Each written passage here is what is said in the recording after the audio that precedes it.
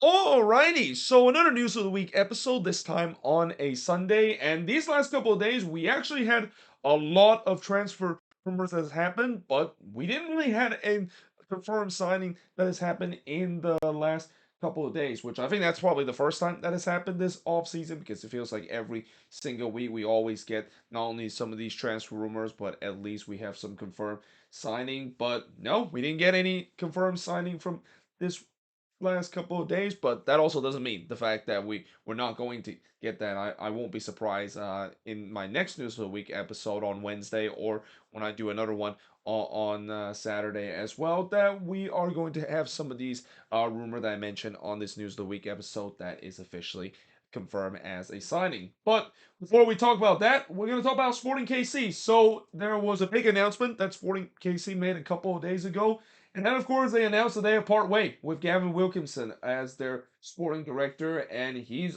only been named as a sporting director in a very controversial way last week. But after just a couple of days where Sporting KC was facing a lot of backlashes, not only from neutral fans, but especially from their own fans and even some of the supporter group of this team. Sporting KC decided that they decided to do the right thing, and that of course is part way with Gavin Wilkinson. Now, as I mentioned many times before, when Sporting KC decided to announce that Gavin Wilkinson is their new sporting director, again it faced a lot of backlash, and rightfully so because Gavin Wilkinson was definitely in the center of that scandal that happened with the Portland Timbers and also the Thorns, and that it is kind of a bit surprising that the league decided to not black listed him after involving that scandal, and it's even more surprising that we saw one of these MLS teams decide to hire him, and that again, not a big surprise that he faced a lot of backlash. But I think the other thing is a little surprising out of this outcome is that Sporting KC really reacted quick on that. Usually when we see this happen, I know the fans obviously are very frustrated and they pressure the club to do something, but we have seen some teams that decide to drag this out for a bit before the club decide to respond. And especially, what's even more surprising is that Peter Mees kind of doubled down last couple of days, talked about how he likes the hiring Gavin Wilkinson, and he knows him for a very long time, and he says that he was going to do well with the club. But again, apparently because of the pressure from their own fans and even from just the general public in MLS, Sporting KC had no choice. They had to do something. This was not a good look in their image. And again, it's kind of surprising that they did it relatively quick, considering there are some teams that decided to drag this out. But in the end, they did the right thing. I mean, they're. I don't think Gavin Wilkinson should be receiving any offer from any MLS team. And I think the next step you got to say if you're MLS, you got to blacklist him. I mean, this is I mean, he was really in the center of that whole scandal involved between the Timbers and the Thorns, and that again, I'm still kind of surprised that he even had another chance of getting a job. And I know the whole talk about second chance and stuff like that, but after all that scandal that he was involved, and the fact that he hasn't really kind of publicly acknowledged in terms of that situation, yeah, I think it's safe to say that he should be nowhere near a job in the future in terms of being with another MLS team. And if that is the case, there's going to be a lot of backlash, I would say, if he is going to be hired by another MLS team in the near future. Now, NYCFC, they have announced that they have signed Keaton Parks to a new contract extension, and as I mentioned before, there was only one contract extension that was announced this last couple of days, and that of course is NYCFC getting Keaton Parks to a new contract extension. Not a big surprise because Keaton Parks has been a huge addition to their midfield for the past couple of years, and that there's no surprise that he decided to get a contract extension. I'm kind of surprised that he might not think about making his move back to Europe because I know his first time going to Europe with Benfica didn't quite work out, but he is a guy that could potentially have another shot in terms of going to Europe. But I think maybe he's just happy to be in MLS, and especially happy with a team that he already won an MLS Cup with. So yeah, I think this is good news for NYCFC and certainly for their fans. Now, moving on, and now we're going to talk about the numerous transfer rumors that has happened in the last couple of days, and we start off with FC Cincinnati. They are close to acquire Czech midfielder Pavel Butcher from Victoria Pilsen. Now, from what I heard, he's a very good player and especially a starter for a club that has been in multiple Champions League games, and that I think this could be a good signing, especially with him and Wobodo as a 1-2 punch in that midfield. Yeah, that could be the best midfield and especially holding midfield in the league because we know Wobodo is probably the one of the best midfielder in the league, and that Cincinnati really miss him when he wasn't available down the stretch and even into the playoffs. But getting another guy that could anchor that midfield, and that especially it's going to be interesting to see whether or not if they are going to make him a DP player, and especially if the rumors about Auro Barrio, who still haven't report to training with the team, and he's maybe be making his move either to Europe or go to South America is true, then I think that should open up a DP spot, I believe. Or actually, no, I forgot. I think Alvaro Barrio is not a DP. I think I was thinking about Brandon Vasquez that opens that DP spot. So yeah, it's gonna be interesting to see if they do get him, whether or not if he indeed is labeled as a designated player. And then NYCFC is also close to acquire striker Mateus Arizo from La Liga club Granada. Now, from what I heard, this is also another guy that is very highly rated with the Uruguay national team. He's been appeared for Uruguay a couple of times, and especially when you decided to get a guy that has been linked with River Plate for the past couple of weeks, you're definitely getting a good player when River Plate is looking to try to get him, and especially for NYCFC, they desperately need a number 9. I mean, they still are looking for a good replacement for Tati Castellanos. I think this could definitely be the one, and we'll see whether if he does join NYCFC, is he going to be a guy that I'm not gonna say he's gonna be a perfect replacement for Tati Castellanos. I mean, what Tati Castellanos did with NYCFC is nothing special, but at least if he is gonna be a guy that I will also say that maybe challenge Munsov Bakara for that number 9 spot. I mean, I know they technically have a number 9 in Munsov Bakara, but Bakara was kind of a little underwhelming coming into this team last season, and again, it will give a very good competition in terms of that number 9 spot, and even in that 4 group. Speaking of 4 group, NYCFC is also report to sign forward Augustine Ojeda from Racing Club. Now, obviously, the reason why they're looking to try to get another winger is because they're looking to sell one of their young player to Europe, and one of those young players is Talis Magno. So there's been report that Talis Magno was going to be going to Europe and making that move to Europe, even though he had a very underwhelming season last year, which partially wasn't really his fault because he was kind of playing in a false 9 position, and Talis Magno obviously is not a false 9. But there is a report saying that Bologna is asking 13 to 14 million dollars for Talis Magno, but NYCFC want to double down on that and say that, yeah, we're not selling Talis Magno unless you give us $20 million. Now, don't get me wrong, Talis Magno is a talented player, but he's not worth $20 million. I mean, if Bologna decided to accept that deal, that would be just an absolute steal for NYCFC and would just be a blatant over pay from Bologna Park. But who do I know? I mean, this is obviously the same club that is owned by Joey Saputo, who owns CF Montreal. And if you know anything about Joey Saputo, he is one of the most hated men in Montreal for a long time, especially from the CF Montreal fan base. But yeah, it's going to be interesting to see that if they do decide it to sell Magno, and if they can get that $20 million fee for him. Again, it's going to be an absolute steal for a guy that, I mean, I would say that he's probably worth maybe 10 or $15 million, not $20 million in my opinion. But if they do get him, they're definitely going to look to try to find a replacement in Augustine Ojeda, and we'll see whether or not that's going to be a good like replacement. Speaking of Montreal, they are close to acquire striker Mateus Cruzeiro from Hurricane. So obviously Montreal is another team that needs a number 9. I mean, obviously with Mel Kyoto kind of started to fit age a little bit, and that he's been injured a lot. They desperately need a number 9, and getting a guy that, from what I heard, also have been playing very well down in Argentina. This maybe could be the answer for that number 9 position that they they've been wanting to address heading into this offseason. Now, Montreal and FC Cincinnati is also report to link with former LAFC Orlando City midfielder Jackson Mendez. So Jackson Mendez, of course, made his move to Europe, but now it seems like he's going to be coming back to MLS, and it's kind of interesting that his time with LAFC and Orlando City.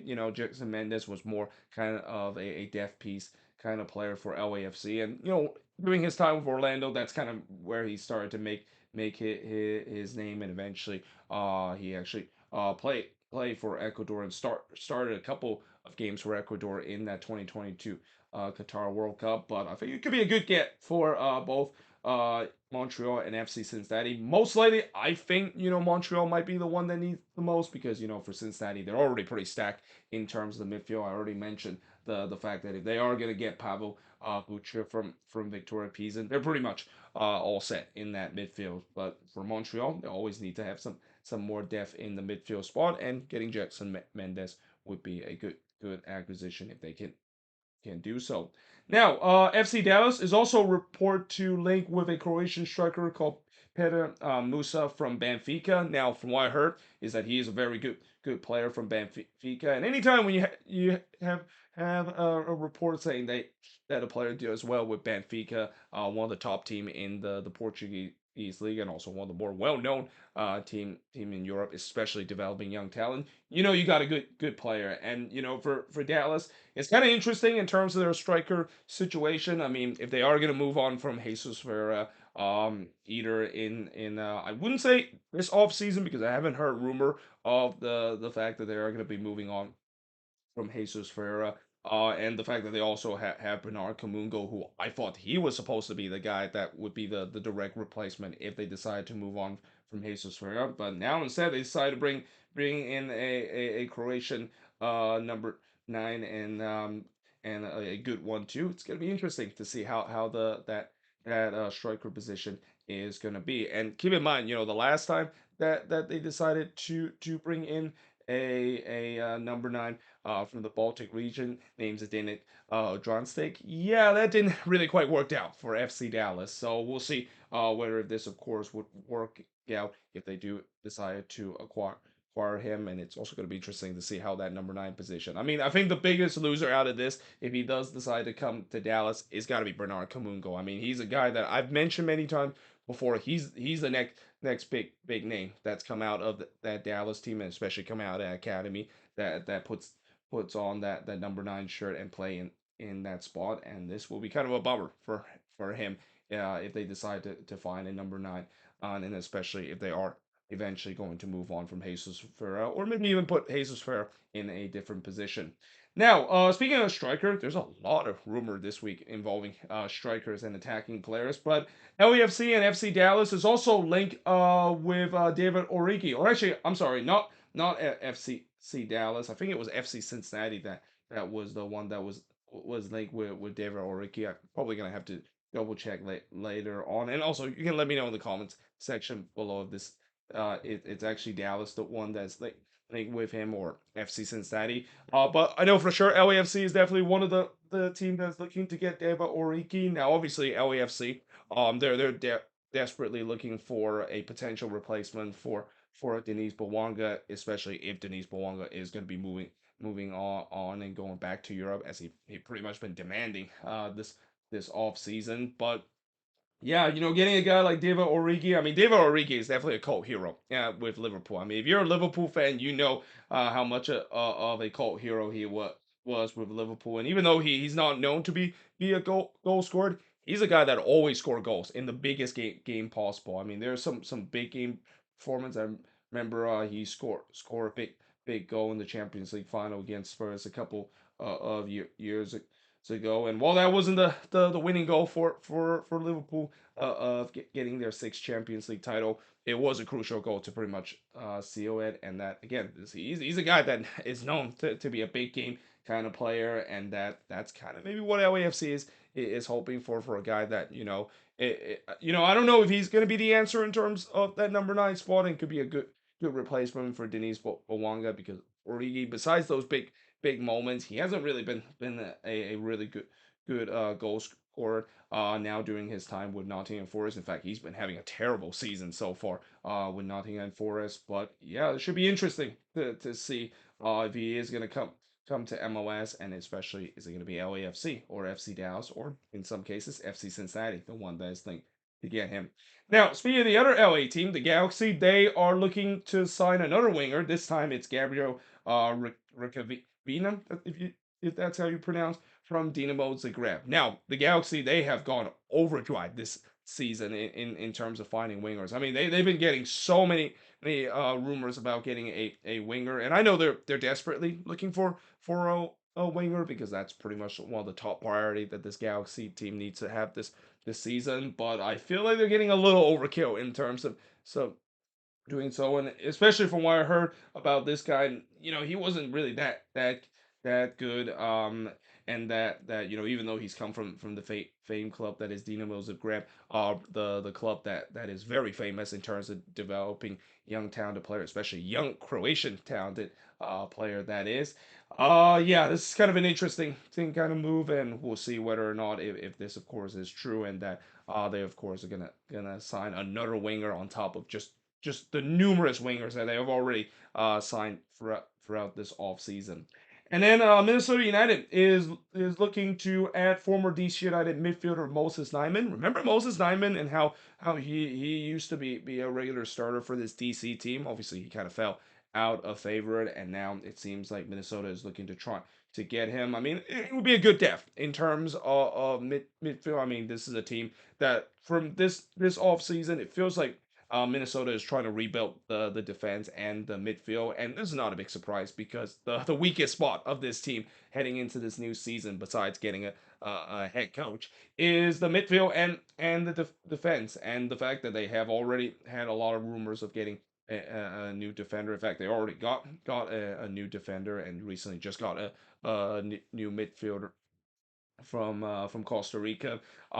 Yeah, this is they're looking to try to add more depth in terms of it, and getting Moses Nyman, a guy that be interesting to see. He's probably going to be used as a utility pieces, maybe even going to be used as one of the players for this Minnesota United two team. So yeah, overall, if this of course is true, I think it's a good signing for this Loons team to add more depth in terms of this midfield. And then New England is reported that they're looking to sign Albert Valise from Bordeaux. So, we have heard a lot of report about Albert Valise potentially coming back to MLS. And it seems like it's the New England Revolution, the team that is looking to trying to get him. Obviously, in an ideal world, I was hoping that maybe the Houston Dynamo is looking to trying to bring back Albert Valise, because why not? Albert Valise has been a electric player, especially doing his time with the Dynamo. But obviously, it won't be bad too if he does join with the Revs, and especially the Revs are just kind of loading up to trying to get themselves back to MLS Cup contention, and especially getting a guy that is Caleb Porter, that all he knows is that he can definitely guarantee you short-term success in the near future. It's not a big surprise that the Revs are looking to trying to get another attacker, and maybe I mean I know doing his time with the Dynamo, he wasn't really starting as a number 9, but maybe put him in that number nine spot along with Roni, and maybe they can have a competition of who is going to be the number 9. Well, actually, I don't think that's probably going to happen. That's just kind of a thought that maybe Caleb Porter might think about doing if they decide to go after our release. But moving on in the next news, and now talk about some of the transfer rumor regarding players that's leaving MLS. So it starts with the Colorado Rapids. Their report to lone left back Miguel Navarro to Talis de Cordoba. Now, obviously, it feels like if they are going to make this move, this pretty much confirmed that they're going to bring back Sam Vines. So there's been a lot of reports that Sam Vines is going to be coming back to the Colorado Rapids, and I think they technically don't necessarily need to move on from Miguel Navarro. I mean, he could use as a good depth behind Sam Vines, but I can also understand why they want to move on from it, especially for Miguel Navarro. He definitely does not want to play second fiddle after they just signed him this offseason, and he was supposed to be guaranteed starting minutes. So yeah, them loaning him to another club, we'll see how he's going to do, but also, if this move does confirm, it's pretty much another confirmation that Sam Vines is eventually going to come back to the Colorado Rapids. And then Charlotte FC is also a report to move Kamil Jozwiak back to Europe. And if this move does happen, I'm pretty sure Charlotte fans is going to be celebrating in a big way because Kamil Jozwiak, we mentioned how he's been a very underwhelmed DP. In fact, we talk about some of the biggest busts in terms of designated players signing in the past couple of years. Kamil Jozwiak is definitely near that top list. And although he definitely had a better second season with Charlotte, the number is still not good enough to justify the DP contract that he's earned. And we kind of knew from the beginning that he wasn't going to be good. I mean, it was always strange when they decided to get him for Derby County, even though he didn't really put up spectacular number doing his time in the England Championship. But if they do decided to move on from him, not only they move a dead weight that they've been wanted to do probably since last season, but also most importantly open up a DP spot and open a U22 initiative spot. And then Turkish second league club Belediyespor, I think that's how you pronounce it. I might have absolutely butchered that, but they're looking to acquire Cincinnati for Dom Baji. So obviously with the acquisition of Corey Bear for this FC Cincinnati team, it's pretty clear that Dom Baji, his time with Cincinnati may be running running down. I mean, I'm pretty sure he doesn't want to be play as a third string number 9. And that I was also hoping that maybe that means that another MLS team is looking to try to get him because Don Baji is starting to kind of take that Kai Kamara kind of route, trying to play as many MLS team as possible and becoming the ultimate MLS journeyman. But yeah, instead he decided to go to the Turkish second league. If this rumor is true, and that's kind of a weird place to decide to wind down to the end of your career. I mean, if you're going to wind down to the end of the career, try to do what many main players are trying to do right now, which is going to Saudi Arabia. But it doesn't seem like that is the case, and that again, I mean, I think eventually when Don Baji does retire, I have to make a career video talk about Don Baji and what an interesting career that he has had during his time in MLS, and that if I want to do talk about some of the greatest journeymen in MLS history, I would say Don Baji is definitely up that list because he's had a very interesting kind of career. But now moving on in terms of the next news, and now we're finally done with talk about some transfer rumors. And unfortunately, remember how I said in the review of that preseason game between Inter Miami and El Salvador when Facundo Farias went down with an injury and it was stretcher off? I was worried for the worst, the fact that, yeah, it might be a torn ACL that he suffered. Oh boy. Yep, it is true. Looks like indeed he did suffer a torn ACL, and that honestly, when it was announced that this preseason tour from Inter Miami that they're gonna travel 22,000 plus miles in a span of just 20 days and play in 7 different games, I knew injuries were going to happen, and that this is where I've also mentioned the fame of Inter Miami could be a blessing and a curse in disguise, and maybe even a curse most likely in disguise because of the way that they're just playing so many games in the preseason that can really tire out the team before the season begin, and not to mention you always have a risk of injuries in these preseason game, and there you go. And I think the only surprising thing is it happened in the first game, and that honestly losing Facundo Farias, I mean a guy that this is actually his second torn ACL that he suffered. He suffered a torn ACL last season too. That is absolutely devastating. I mean I feel very bad for the young man, and I hope he has a speedy recovery. I mean they mentioned that he's done for the season, which I don't know if that's completely true considering the fact that we're only into January, and if Inter Miami does go on a deep run into the playoffs or even get close to playoff contention, there could be a case where he could return before the end of the season. I mean, I'm no doctor, but torn ACL usually it takes about maybe 7 or 8 months to recover, and obviously it doesn't take 3 or 4 months.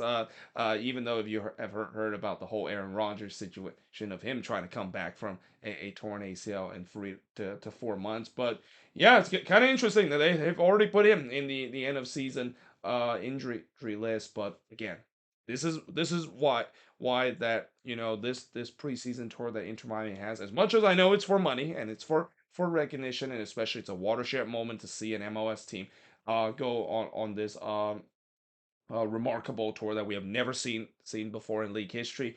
It can be a huge curse if you have players suffering devastating injury. And I mean, we're not even one game into this big tour, and they've already suffered a major injury to one of their youngster, and now they're just hoping that's probably it, because if they end this preseason tour and they have some more devastating injury, and God forbid, I'm pretty sure right now, not only Inter Miami fans are praying that this does not happen, but I'm pretty sure MLS, Don Gabbard, and even Apple TV is praying that this does not happen. God forbid if Lionel Messi suffer an injury during this preseason, and I'm gonna apologize to Inter Miami fans in advance that I've said that out loud, because now that probably is gonna happen, and I'm gonna get ridiculed by Inter Miami fans in the comment section if he does suffer an injury during this preseason tour. But yeah, this is the dangerous of this team going through this tour. And that, again, I understand the money and the recognition, that's part of it, but this is also where it could be it could still be costly, and there is definitely a huge price to pay if you do have players suffer through these major injury during this preseason tour.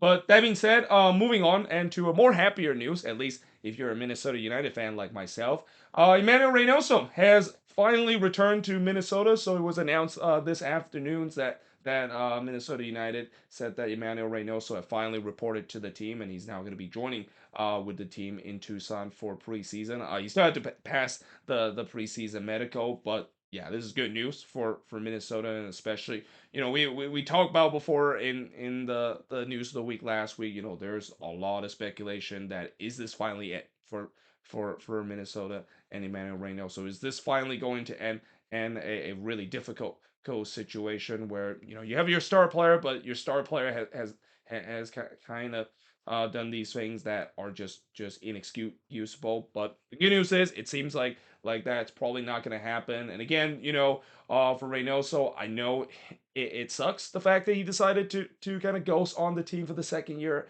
in a row for at least a week this time. But I'm just glad that it's only a week and not like until the middle of the season. And like I said before, I think maybe Reynoso is probably just scared of the fact that he's not ready to face the frigid cold temperature that the Twin City is getting. Though I did actually check the weather in the Twin City, and it is actually going to be warmer in the Twin City. Well, when I say warmer, it's still going to be in the 30s. But if you're living in Minnesota, you can probably say that when you have temperature in the 30s in January, that's consider abnormal and definitely above average. So I guess maybe Emmanuel Reynoso probably saw those temperature and say, yeah, I want no part of being in sub-zero temperature. I'll come back when it's the weather is in the 30s, and especially with the way that this team is going to be going to Tucson not long after, and also going to be going to Southern California and going to that Coachella Valley Invitational, which I mentioned I'm going to attend that preseason tournament for a day. It's no surprise that maybe that's kind of the reason why Reynoso decided to show up late compared to everybody. I mean, again, he's an Argentine. Argentine are not used to cold weather like they do get in the Twin City.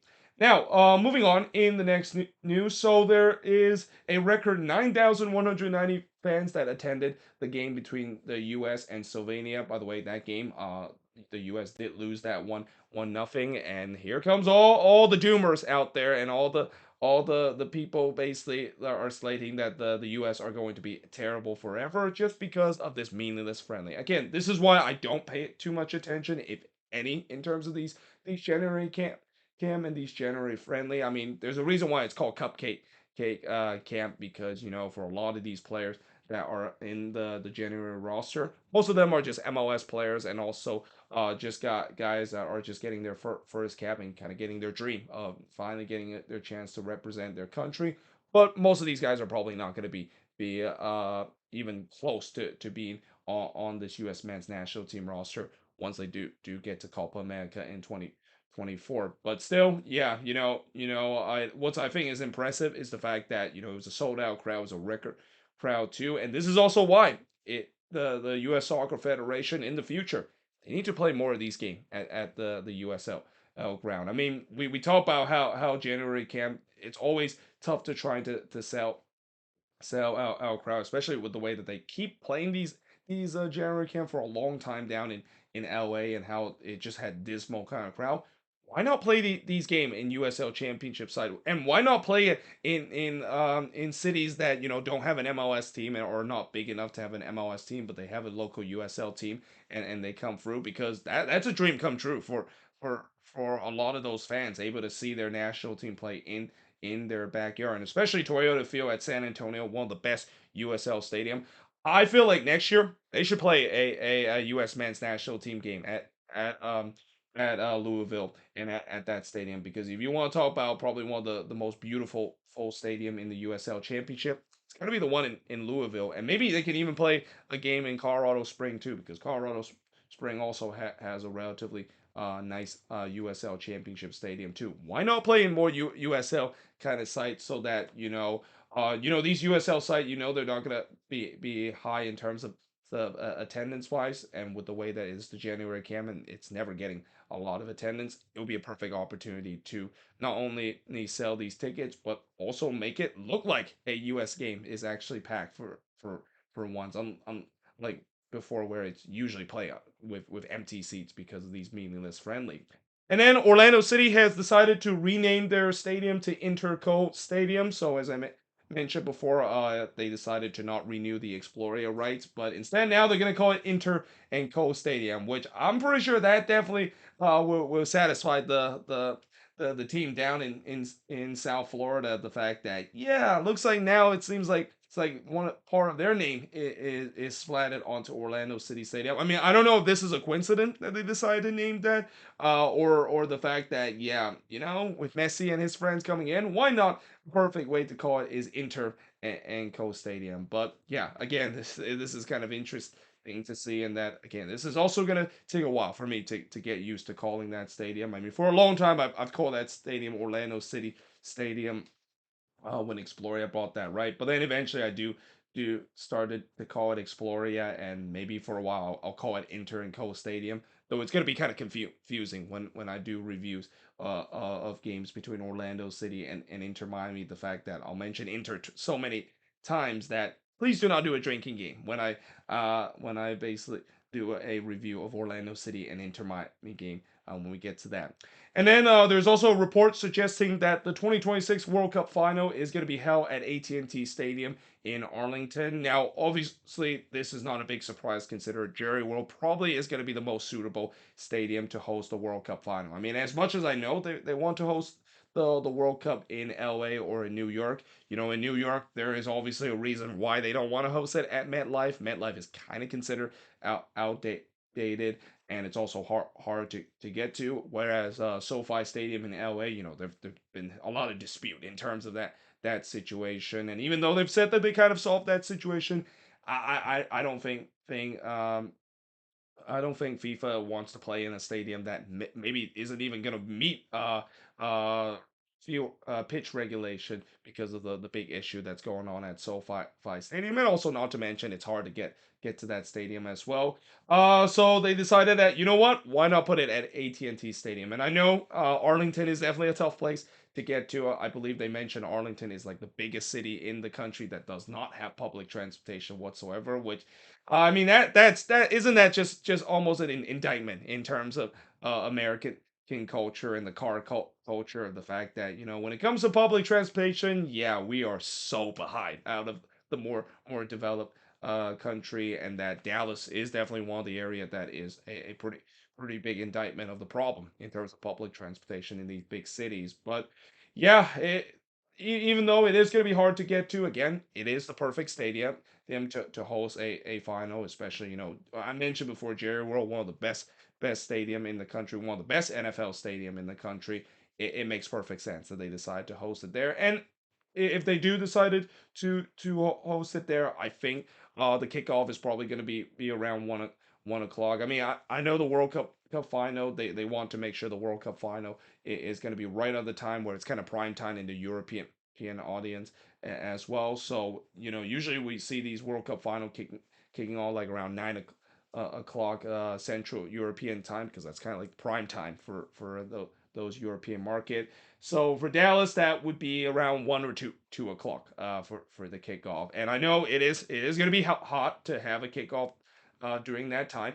That's why AT&T Stadium in Jerry World is a retractable roof. And I know FIFA doesn't want to have a World Cup final game that's going to be play in a closed stadium, but they kind of had to do so because you are not going to be playing a game in the daytime at Jerry World with the roof open. There's no way in the world that's gonna happen.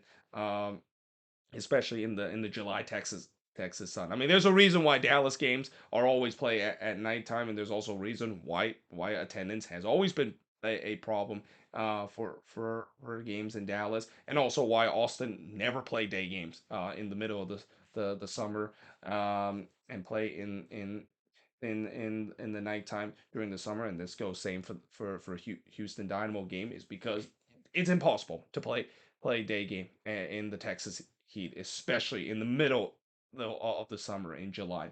And then there's also a report suggesting that the Club World Cup will be played in the East Coast and the Gold Cup will be played in the West Coast. By the way, another thing I didn't mention here on the News of the Week episode, it seems like the schedule for the World Cup will be released on February 4th. So it's going to be interesting to see how the schedule is going to look like. I do think that they need to put some night games in terms of some of this venue because, like I said, I think as much as I know they're trying to accommodate the European market, there is no way in the world you can schedule tons of day games like what we saw in the 94 World Cup. And, the 94 World Cup, when we had these games play in open stadium, oh my goodness, it was absolutely brutal, not only for the players, but also for the fans itself. And especially with the way that, most of these games are taking place at NFL Stadium, and most of these NFL Stadium that they're playing is kind of, uh, out there in the environment.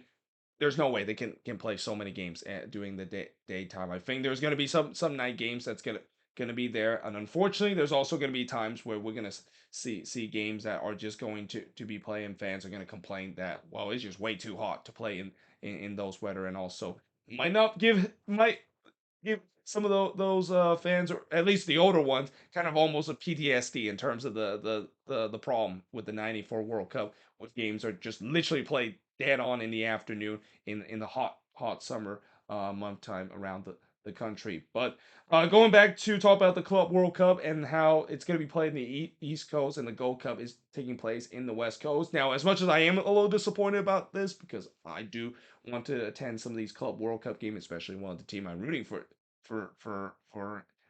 in soccer in Chelsea is playing in the Club World Cup. I want to see them play in the Club World Cup. I'm gonna have to fly to the East Coast to be able to do that. And that as sucks as that is, it makes sense because both of these competition is going to be simultaneously play together. There's no way they can do this competition in 2 months because of logistic big reason, and also because of logistic reason, they're not going to have teams travel so far away. But that being said, though, it's going to be interesting to see which city is going to be picked. And it's also going to be interesting to see whether or not they're going to pick some Midwest city, because I think one of the biggest criticism in terms of the upcoming Copa America, the Club World Cup, and even the World Cup coming up, there is not a lot of Midwest city, and the Midwest, I feel like it's been overshadowed in terms of how there's a good soccer culture in the Midwest. I mean, we talk about St. Louis being maybe arguably the soccer capital of the country, although Portland and Sporting KC fans would want to have a word with that. I feel like it was a bit missed opportunity that they completely looked the Midwest and just cater to the West and East Coast kind of country. And even though I know that those both of those coasts are home to the most people in the country, I feel like the fact that they overlook the Midwest in these competition, and especially of how they have a really good soccer culture doing there, with a lot of these MLS team in the Midwest always tends to pull in good attendance. Huge missed opportunity, I think, in my opinion. But there you have it. That is pretty much it in terms of looking at this News of the Week episode. As always, let me know in the comments below what do you think of these news. And as always, if there's any news I didn't mention here on the board, let me know in the comments as well. But until then, hope you guys enjoyed this video. If you do, make sure you guys do like, smash the subscribe button. And yeah, I, of course, will see you guys next time.